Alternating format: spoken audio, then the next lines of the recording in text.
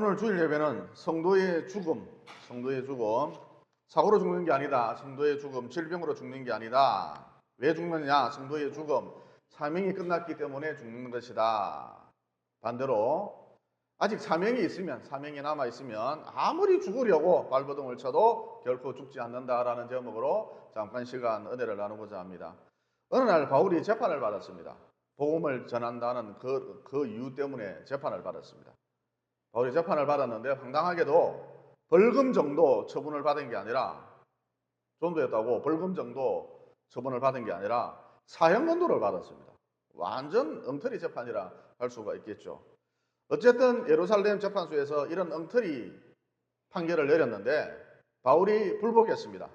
물론 아무나 불복할 수 있는 것은 아니고 높은 신분을 갖고 있어야 하며 무엇보다 로마 시민권을 갖고 있어야 비로소 재판에 대해서 불복할 수가 있습니다.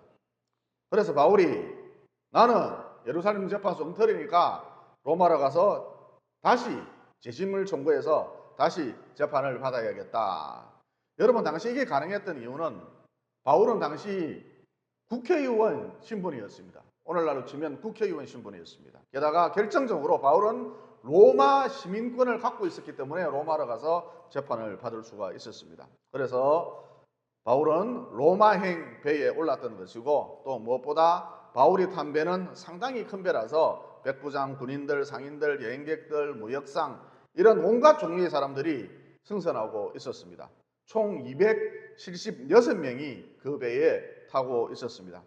그런데 이 배가 부산항을 출발해서 거제도쯤에 도착했을 무렵, 곧 그레데라는 섬에 도착했을 무렵 바울이 말을 하기를 그레데에 우리가 정박을 해서 겨울을 보내고 로마로 갑시다. 곧 광풍에 가까운 계절풍이 불어닥쳐서 파도가 심하게 요동칠 것입니다. 까딱 잘못하면 파선할 수도 있습니다. 아주 위험합니다. 그러나 선장과 선원들은 바울의 말을 무시했습니다. 왜냐? 지금 당장 순풍이 불고 있었기 때문인 것이죠. 그래서 그들이 말하길, 선장과 선원들이 말하길, 오늘날로 치면 태평양 괌쯤에서 거기 가면 베니스라는 항구 도시가 나오는데, 일단 거기까지 가서 베니스까지 가서 배를 정박한 뒤에 겨울을 보냅시다.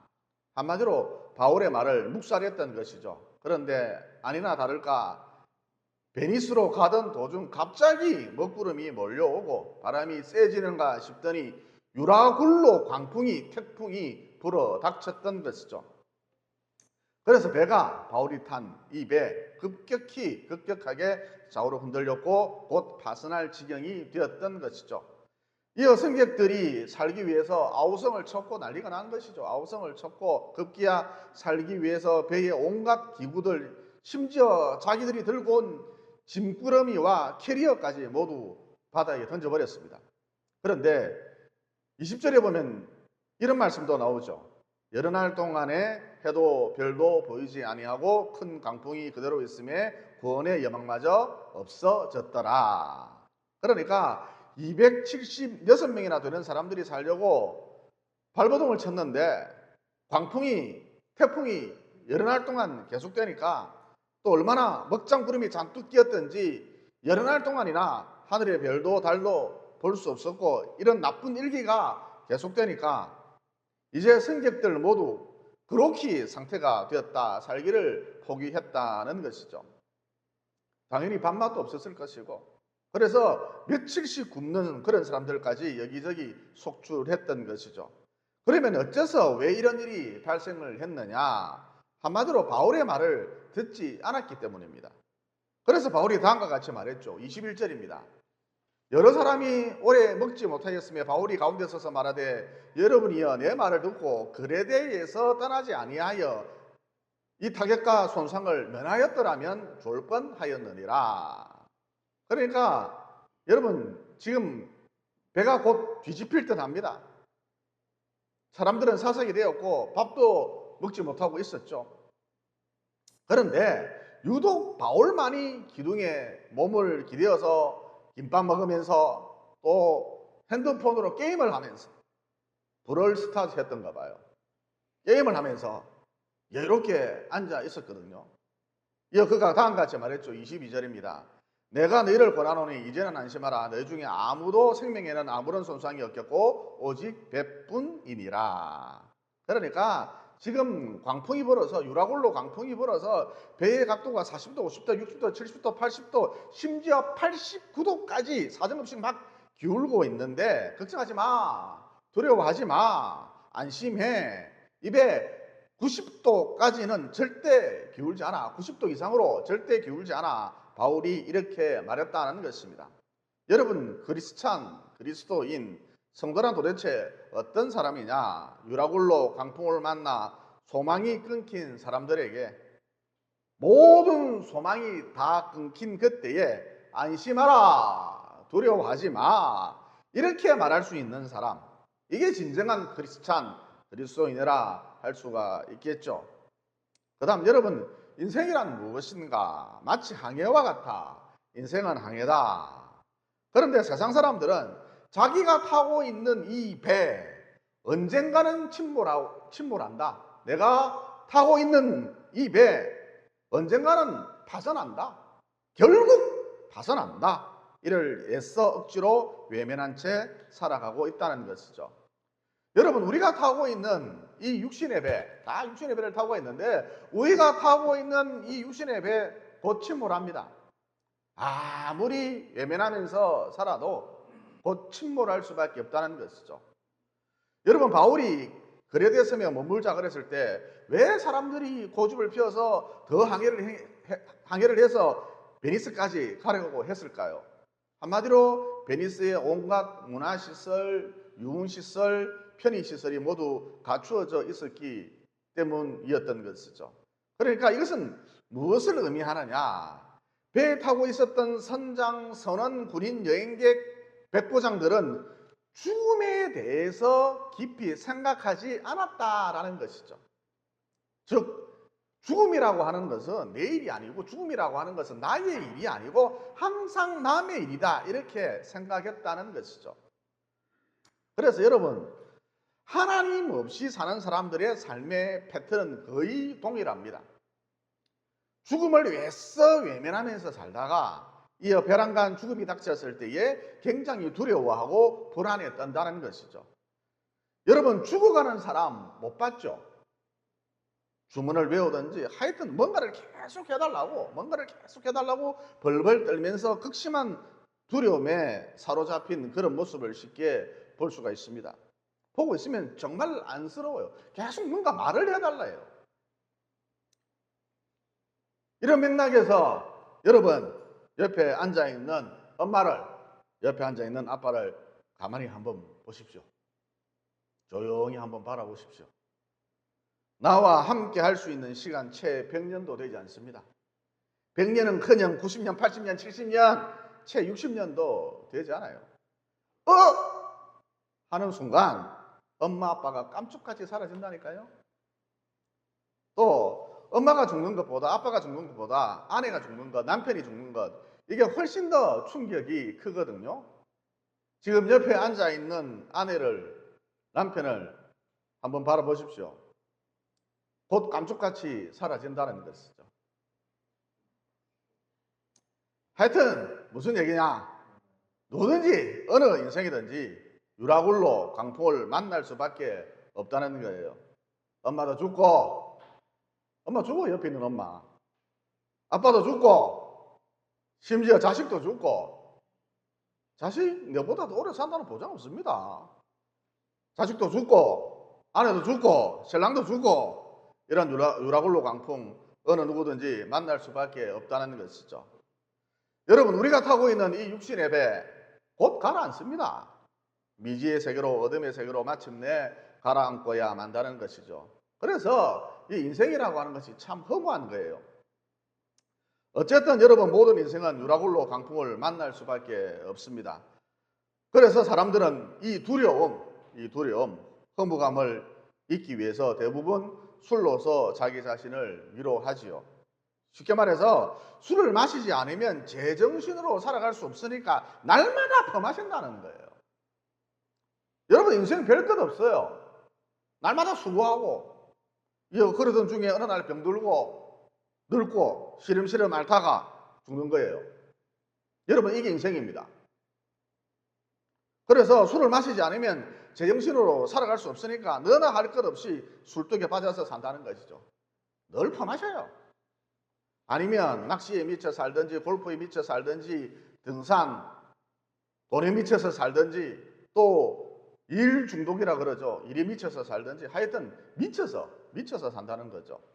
하지만 여러분, 이렇게 미쳐서 산다고 해서 술독에 빠져서 산다고 해서 곧 죽음을 애써 억지로 외면한다고 해서 육신의 배가 가라앉지 않나요? 파산하지 않나요? 그래서 방금 말씀드렸듯이 세상 사람들은 구원의 여망이 없기 때문에 그 마음 깊은 곳에 말할 수 없는 두려움, 허무감이 가득하다는 거예요. 그런데 이런 인생의 광풍 속에서도 전혀 흔들리지 않고 당황해하지 않고 여유를 즐기는 사람이 있었죠. 바로 바울이었습니다. 여러분, 지금 파도가 미친 듯이 치는데 여러 날 동안 해도 달도 보이지 않고 미친 듯이 파도가 치는데 혼자 김밥 먹고 도를 스타트하고 있었죠. 바로 바울이었습니다. 그래서 사람들이 쟨 뭐지? 쟨 뭐야? 그러면서 바울을 주목하게 되었던 것이죠. 여러분, 베드로전서에 보면 너희 속에 있는 소망에 관한 이유를 묻는 자에게 대답할 것을 항상 준비해 두라 그러셨죠. 그러니까 그리스도인이란 난리가 났을 때에 좀 초연할 필요가 있다. 즉 난리를 만난 사람들이 좀 있으면 뭐 대형 지진이 온다면서요. 뭐 부산도 막 무너진다면서요. 어쨌든 난리를 만난 사람들이 쟨 뭐지? 쟨 뭐야? 쟤는 왜 가만히 앉아 있어? 쟤는 허둥대지 않아. 그럴 때 그 이유에 대해서 초연할 수밖에 없는 그 이유에 대해서 설명할 준비가 항상 돼 있어야 한다는 것이죠. 다시 본론으로 돌아와서 지금 광풍으로 인해서 모두 난리 부르스를 추고 있는데 바울은 김밥 먹고 가만히 있었습니다. 그래서 사람들이 쟤는 도대체 뭐야? 쟤는 도대체 뭐지? 그러면서 바울 그 사람에게 주목했던 것입니다. 여러분, 고린도후서 4장 8절에 보면 이런 말씀이 나오죠. 우리가 사방으로 우겨싸움을 당하여도 쌓이지 아니하며 답답한 일을 당하여도 낙심하지 아니하며 박해를 받아도 버림받지 아니하며 거꾸로 들임을 당하여도 망하지 아니하고 우리가 항상 예수의 죽음을 몸에 짊어짐은 예수의 생명이 또한 우리 몸에 나타나게 하려 함이라. 그러니까 여러분, 성도란 무엇인가? 그리스도인이란 도대체 무엇인가? 사방으로 우겨싸움을 당하여도 쌓이지 않는다는 거예요. 또 답답한 일을 당해도 낙심하지 않는다는 거예요. 또 박해를 받아도 버림받지 않는다는 거예요. 또 거꾸로 뜨림을 당해도, 즉 내가 아는 모든 상식, 내가 아는 모든 지식들, 경험 이런 게 모두 뒤집혀지는 그런 황당한 일이 내 삶 가운데 펼쳐진다 할지라도 결코 망하지 않는다는 거예요. 여러분, 이게 성도의 정체성입니다. 그러면 성도에게는 왜 이런 일이 벌어지는가? 예수의 죽음을 내 몸에 짊어짐과 동시에 예수의 생명이, 다른 게 아닙니다. 예수의 생명이 내 안에 있기 때문인 것이죠. 그러니까 바울이 유라굴로 광풍 앞에서도 초연할 수 있었던 그 이유가 무엇인가? 다시 말해, 이 난리통 가운데 우겨싸움을 당하고 답답한 일을 당하고 박해를 받고 거꾸로 뜨림을 당하는 이 난리통에 그토록 초연할 수 있었던 그 이유가 무엇인가? 예수의 생명, 이게 바울 안에 있었기 때문이다라는 것이죠. 여러분, 우리는 과연 어떤 사람들일까요? 세상 사람들처럼 좀비가 아닙니다. 예수의 생명이 바로 내 안에 있는 참으로 독특한 존재다라는 것이죠. 성경 표현에 의하면 전혀 다른 새로운 피조물이다라는 것이죠. 그래서 고린도후서 5장 17절에 보면 이런 말씀이 나옵니다. 그런즉 누구든지 그리스도 안에 있으면 새로운 피조물이라 이전 것은 지나갔으니 더 이상 좀비가 아니라는 거예요. 자기 죄로 인해 불지옥에 떨어질 그런 비참한 운명이 아니라는 거예요. 그런즉 누구든지 그리스도 안에 있으면 새로운 피조물이라 이전 것은 지나갔으니 보라 새 것이 되었도다. 그러니까 내 안에, 여러분 안에 예수의 생명이 있다는 거예요. 또 고린도전서 3장 16절에 보면 이런 말씀도 나오죠. 너희는 너희가 하나님의 성전인 것과 하나님의 성령이 너희 안에 계시는 것을 알지 못하느냐. 그러니까 방금 말씀드렸듯이 모든 믿는 자 속에는 예수의 생명이 있다는 거예요. 여러분, 생명이란 무엇이죠? 아무리 더워도 아무리 추워도 우리 몸은 36.5도라는 체온을 항상 유지하고 있죠. 이를 항상성이라 그러는데 우리 몸은 한여름에도 한겨울에도 항상 36.5도라는 체온을 유지하고 있는데 이게 바로 생명입니다. 그런데 이 앞에 마이크나 강등산 같은 것은 밖에 기온이 50도이면 쥐도 50도가 되고 또 밖에 기온이 마이너스 30도가 되면 쥐도 마이너스 30도가 되고 여러분 이렇게 외부의 환경에 따라 조건에 따라 여건에 따라 좌지우지되는 것은 생명이 아니다라는 것이죠. 그래서 여러분 이런 믿음을 가져야 합니다. 내 속에 예수의 생명이 있기 때문에 유라굴로 강풍처럼 사방으로 우겨싸움을 당하여도 답답한 일을 당해도 박해를 받아도 거꾸로 떨림을 당해도 이것과 상관없이 외부의 환경, 여건, 조건과 상관없이 여전히 내 영혼은 안전하다, 평안하다. 즉 아무리 더워도 추워도 우리 몸이 항상 언제나 36.5도를 유지하는 것처럼 내 영혼은 언제나 항상 안전하다, 평안하다 이런 믿음을 가져야 한다는 것이죠. 왜요? 예수의 생명이 내 속에 있으니까. 이어 바울이 이렇게 얘기했죠. 23절입니다. 내가 섬기는 하나님의 사자가 어젯밤에 내 곁에 서서 말하되 바울아 두려워하지 말라. 네가 가이사 앞에 서야 하겠고 또 하나님께서 너와 함께 항해하는 자를 다 너에게 주셨느니라.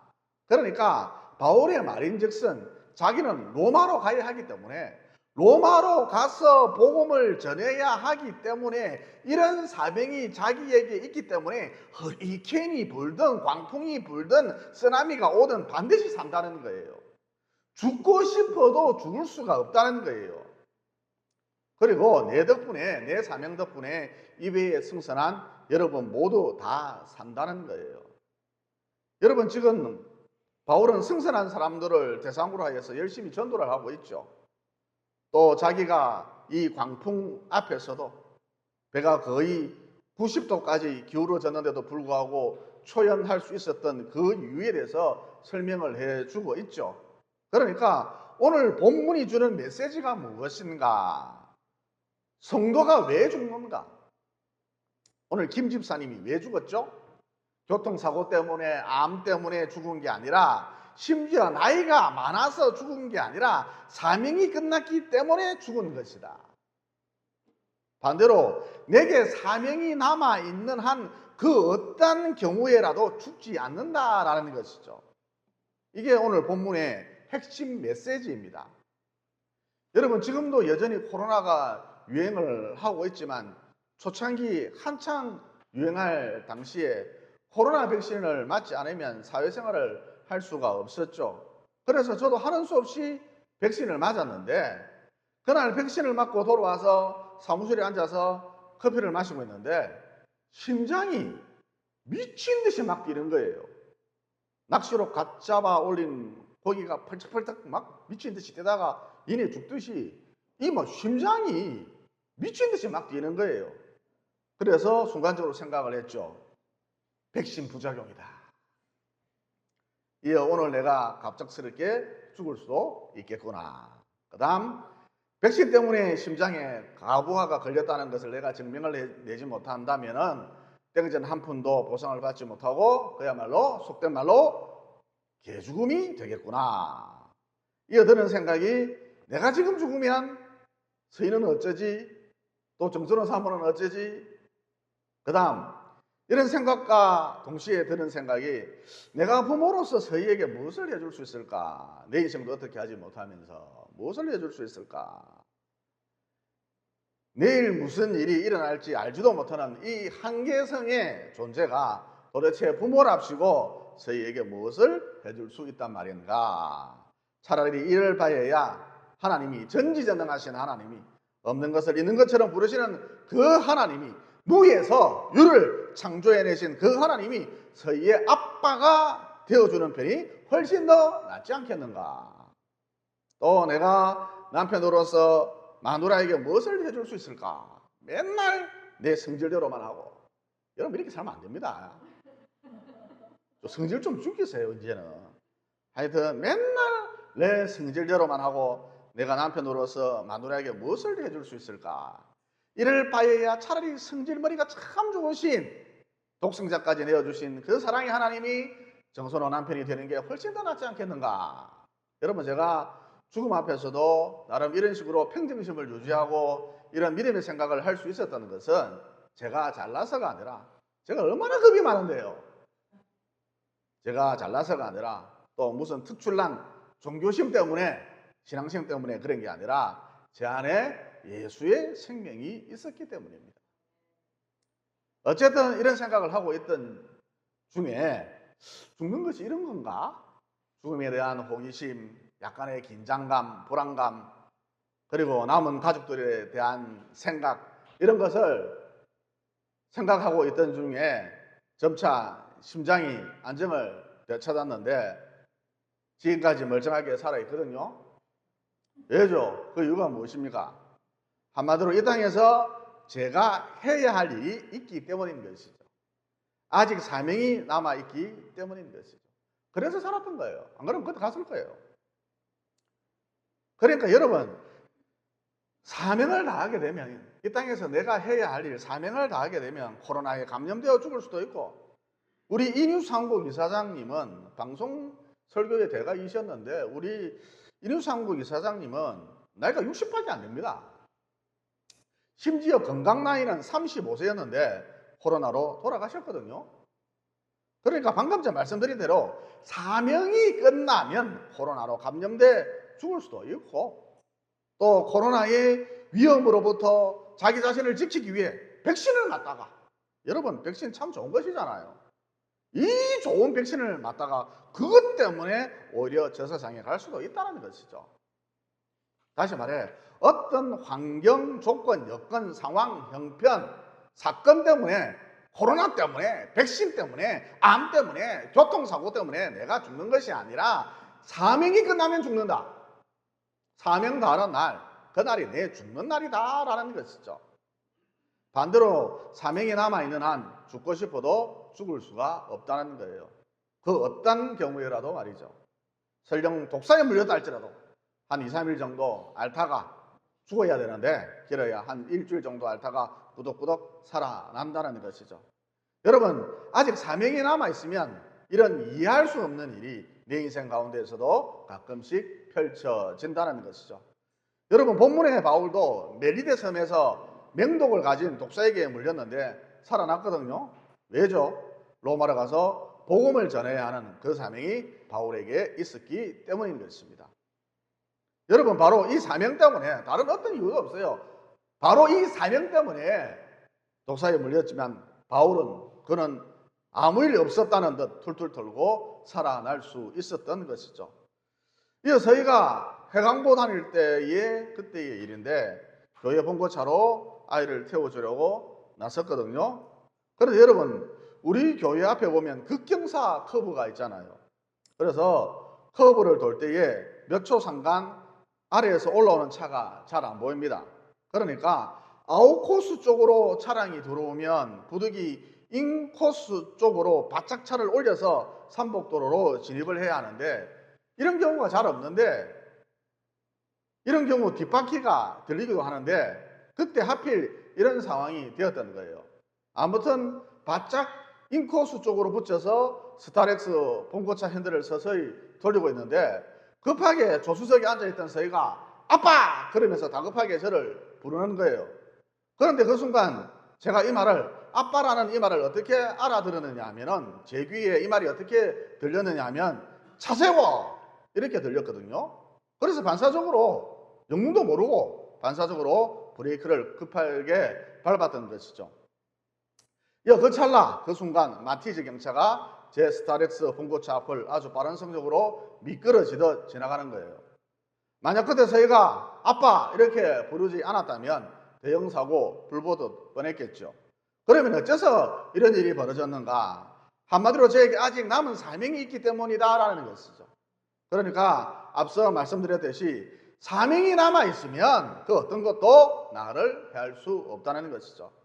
여러분, 이런 맥락에서 남은 여생 우리가 어떻게 살아야 하느냐? 사명 중심의 삶을 살아야 한다는 것입니다. 그러면 여러분에게는 어떤 사명이 있죠? 내 사명이 무엇입니까? 여러분, 우리 교회를 다닐 때, 우리 포도나무 교회를 다닐 때 어떤 문제점들이 보이죠? 예를 들어서 우리 교회 청소가 안 돼 있는 것 같다, 깨끗하지 못하다, 곰팡이가 피었네, 또 우리 교회 친교 문화가 좀 약한 것 같다, 또 우리 교회는 구역 모임이 약한 것 같다, 서로 모여 큐티라도 했으면, 구역 큐티라도 했으면 참 좋겠다. 또 성전은 근데 자리가 많이 비어 있어서 너무너무 안타깝다. 또 아이들이 느는데 어떻게 하면 좋을까? 또 우리 교회는 찬양이 약한 것 같다. 열심히 찬양하면서 기도를 하면 참 좋을 텐데, 이런 문제점들이 보이죠. 그러니까 내게 보인 이런 문제점들이 바로 내 사명이다라는 거예요. 그러니까 교회가 어수선하다, 바닥이 깨끗하지 못하다, 곰팡이가 피었네. 여러분, 곰팡이 보입니까? 곰팡이가 피었네. 이게 유독 내 눈에 띈다면, 이런 문제가 유독 내 눈에 띈다면 성전을 깨끗이 하고 화분을 관리하고 곰팡이를 제거하고 성전을 돌아볼, 살펴볼 이런 사명이 내게 있다는 것이죠. 곰팡이 안 보이죠? 그건 보이는 사람 있어요. 또 대부분의 사람들은 교회 생활을 만족스럽게 생각하는데, 유독 내 눈에 우리 교회는 친교 프레임이 너무 약한 것 같다. 그렇다면 사람들을 모아다가 커피숍도 데리고 다니고 공원도 데리고 다니고 단합회도 하고 이런 사명이 내게 있다는 것이죠. 또 우리 교회 다 좋은데 구역 모임이 좀 약한 것 같다. 그래서 모여서 구역 큐티라도 해보고 싶다. 그러면 내가 중심이 되어서 사람들을 독려하고 모으고 분위기를 살려보라는 것이죠.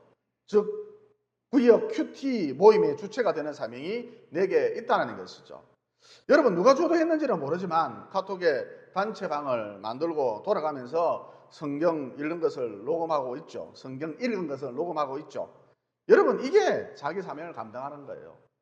또 다른 사람들은 별로 상관하지 않는데 유독 내 눈에 교회 자리가 빈 것, 이게 너무너무 안타깝다. 교회 모임 이게 너무너무 신경이 쓰인다. 그렇다면 전도의 사명이 내게 있다는 것입니다. 사람을 데려다가 강권하여 사람을 데려다가 이 성전을 채울 그런 사명이 내게 있다는 것이죠. 또 다른 사람들은 별반 관심도 없는데 유독 내 눈에 학생들이 눈에 들어온다면 교회 학교 뭔가를 해야 하지 않겠나, 너무 조용하다 이런 생각이 든다면 학생회를 섬길 사명이 내게 있다는 거예요. 아이들을 데리고 영화를 보러 가든지 짜장면을 사든지 짜장면 사주면서 신앙 이야기, 간증 이야기를 하든지 그렇게 하라는 거예요. 목사님 그러고 있지 말고. 또 우리 교회는 찬양이 약한 것 같다, 열심히 찬양하면서 기도하면 참 좋을 텐데 유독 이런 생각이 강하게 든다면, 다른 사람들은 다 이대로 쫓아오니 그러고 있는데 유독 이런 생각이 강하게 든다면, 우리 교회는 이게 문제다 이런 생각이 든다면 찬양 인도와 동시에 기도회를 이끌 그런 사명이 내게 있다는 거예요. 또 에스더집사 같은 경우 늘 교회 빈 문제로 인해서 저보다도 더 고민을 많이 하던데, 내보다 고민을 더 많이 하던데, 기도하십시오. 돈 버는 능력을 받으셔서, 이거 방언처럼 은사가 중 하나인데 돕는 은사라 그러거든요. 이런 돕는 은사, 곧 돈 버는 능력을 받으셔서 교회 위에 지어진 주택 한 두어 채 아주 비싼 가격으로 사주십시오. 교회 빚을 줄여나가는 사명 에스더 집사가 감당을 해주셨으면 참 고맙겠습니다. 그리고 목사님, 제가 헌금을 하기에는 너무 큰 금액이고 교회 위에 지어진 주택 한 두어 채 정도 제 이름으로 사드리면, 그러니까 명의는 제 명의로 하고 한 두어 채 정도 사드리면 목사님 무엇을 하시겠습니까? 만약 에스더 집사가 이렇게 물어본다면 한 채는 미얀마 선교 한국 게스트하우스 및 선교사님들 숙소로 사용을 하고, 나머지 두 채는 지금 자립청년들이 이제 갓 20살이 된 자립청년들이 고아원을 나와서 사회생활을 해야 하는데, 사회생활을 시작한 지 얼마 되지 않아서 대출 사기, 결혼 사기, 이런 사기를 너무너무 많이 당한대요. 무엇보다 전세 사기의 최대 피해자가 되고 있답니다. 그래서 그들의 고충과 아픔을 상담을 해주면서 저렴하게 안정적으로 살 것을 제공해 주고 싶습니다. 여러분, 이런 교회 생각만 해도 너무너무 정말 멋지지 않습니까? 어쨌든 자기 눈에 들어온 교회의 여러 가지 문제들, 자기 눈에만 유독 들어온 교회의 여러 가지 문제, 이게 자기 사명이라는 것이죠. 그런데 유아기적 신앙을 갖고 있는 사람들은 이런 문제들이 보일 때에, 교회 내에서 이런 문제들이 보일 때에 이를 자기 사명으로 인식을 하지 않고 이 문제를 목사님이 해결해 주기를, 장로님이 해결해 주기를, 김집사가, 이집사가, 최집사가, 박집사가 해결해 주기를 바란다는 것이죠. 즉 누군가에게 자기 사명을 자꾸 떠맡기려 한다는 것입니다. 이게 안 되면 다른 교회로 가버리죠. 상대방에게 떠맡겼는데, 누군가에게 떠맡겼는데 문제 해결이 안 되면 그만 다른 교회로 가버린다는 것입니다. 하지만 별 수 있나요? 그 교회도 역시 동일한 문제가 있거든요. 오히려 더 큰 문제가 있기 마련이죠. 그래서 그만 교회를 등지고 소위 말하는 가난한 신자가 되어버리기 일수다. 좀처럼 유아기적 신앙생활에서, 젖먹이 신앙인이죠. 유아기적 신앙생활에서 벗어나질 못한다는 것입니다. 반면 교회 내 문제를 자기가 해결해야 할 사명으로 인식하는, 해석하는 장성한 신앙을 가진 분들은, 그러니까 교회 문제점들을 믿음으로 해석하는 거죠. 문제를 문제로 혹은 문제를 불만으로 해석을 하는 게 아니라 교회의 문제점들을 믿음으로 해석을 하는 거죠. 여러분, 이렇게 장성한 신앙을 가진 분들은 날이 갈수록 더 큰 성장을 경험하게 된다는 것이죠. 즉 자라는 사람이 또 자라게 된다는 것입니다. 무엇보다 이렇게 교회 문제를 자기 사명으로 인식을 하고 그 다음 자기 사명을 감당하려고 하면 건강도 따라줘야 하고, 사명을 감당하면 건강해야 될 것 아닙니까? 물질도 따라줘야 하고, 시간도 있어야 하고, 리더십도 있어야 하고, 지혜도 있어야 하고, 무엇보다 성령으로 충만해야 하고, 하여튼 여러 가지 것들이 따라줘야 하는데, 여러 가지 것들이 필요한데 하나님께서 이런 것들을 채우시는 그런 신비한 은혜도 맛보게 된다는 것이죠. 그래서 마태복음 6장 33절에 보면 이런 말씀이 나오죠. 그런즉 너희는 먼저 그의 나라와 그의 의를 구하라. 즉 교회 내에 여러 가지 문제점들이 네 눈에 보이기 시작하면 이게 내 사명인 줄 인식하고 해석하고, 즉 믿음으로 해석하고 이 사명을 감당하기 위해서 예를 쓰라. 그리하면 이 모든 것을 너에게 다 하시리라. 그러므로 남은 여생 사명 중심의 삶을 살아서 그 어떤 위협이나 압박, 위기가 몰려온다 할지라도, 심지어 까딱 잘못하면 죽을 수도 있는 유라굴로 강풍 같은 위협이나 압박, 위기가 몰려온다 할지라도, 정말이지 인생 가운데 유라굴로 같은 최악의 상황이 펼쳐진다 한다 할지라도 이것들이 결코 나를 해하지 못하는 신비한 경험도 종종 하시고, 다시 말해서 과연 주의 생명이 내 안에 있구나, 이것을 느끼게 되는, 깨닫게 되는 신비한 경험도 종종 하시고, 더 나아가 사명 중심의 삶을 살아서 이 모든 것이 다해지는, 플러스되는, 충전되는 이런 은혜도 더불어 누리며 여유 있게 사시기를 예수님 이름으로 진심으로 축원을 드립니다. 기도드리겠습니다. 사랑의 하나님, 오늘 말씀을 통해 성도가 왜 죽는가? 암 때문에, 혹은 불의의 사고 때문에, 혹은 천재지변 때문에, 혹은 늙고 병들어서 기력이 쇠해서 죽는 것일까? 평면적으로 보면 성도도 이러한 것들 때문에 죽는 것처럼 보이지만, 영적으로 보면, 입체적으로 보면 성도가 죽는 이유는 단 하나, 사명을 다했기 때문이다라는 진리를 깨닫게 되었습니다. 그러므로 내 삶 가운데 최악의 상황이 펼쳐진다 할지라도 결코 두려워하지 않도록, 불안에 떨지 않도록 힘을 주시고, 즉 주의 생명이 내 안에 있다는 이 믿음을 놓치지 않도록 도와주시고, 급기야 최후의 순간까지 하나님께서 나에게 맡겨주신 사명을 잘 감당해낼 수 있도록 도와주시옵소서. 또 우리 교회의 문제점들이 눈에 보이면 이것을 믿음으로 해석해서, 문제를 문제로, 문제를 불만으로 해석하는 것이 아니라 믿음으로 해석을 해서, 아, 이게 바로 내가 감당해야 할 사명이구나, 이렇게 바로 깨닫고 내가 이 문제를 해결하는 주체가 되어서 곧 사명자가 되어서 능히 이 사명을 감당해내는 것은 물론 내 인생 가운데 이 모든 것이 다 이어지는 충전되는 충만되는 은혜도 체험할 수 있도록 도와주시옵소서. 너희는 먼저 그의 나라와 그의 의를 구하라. 곧 사명을 감당하라. 그리하면 이 모든 것을 너에게 다하시리라. 이미 이렇게 약속해 주신 예수님 이름으로 기도드리옵나이다. 아멘.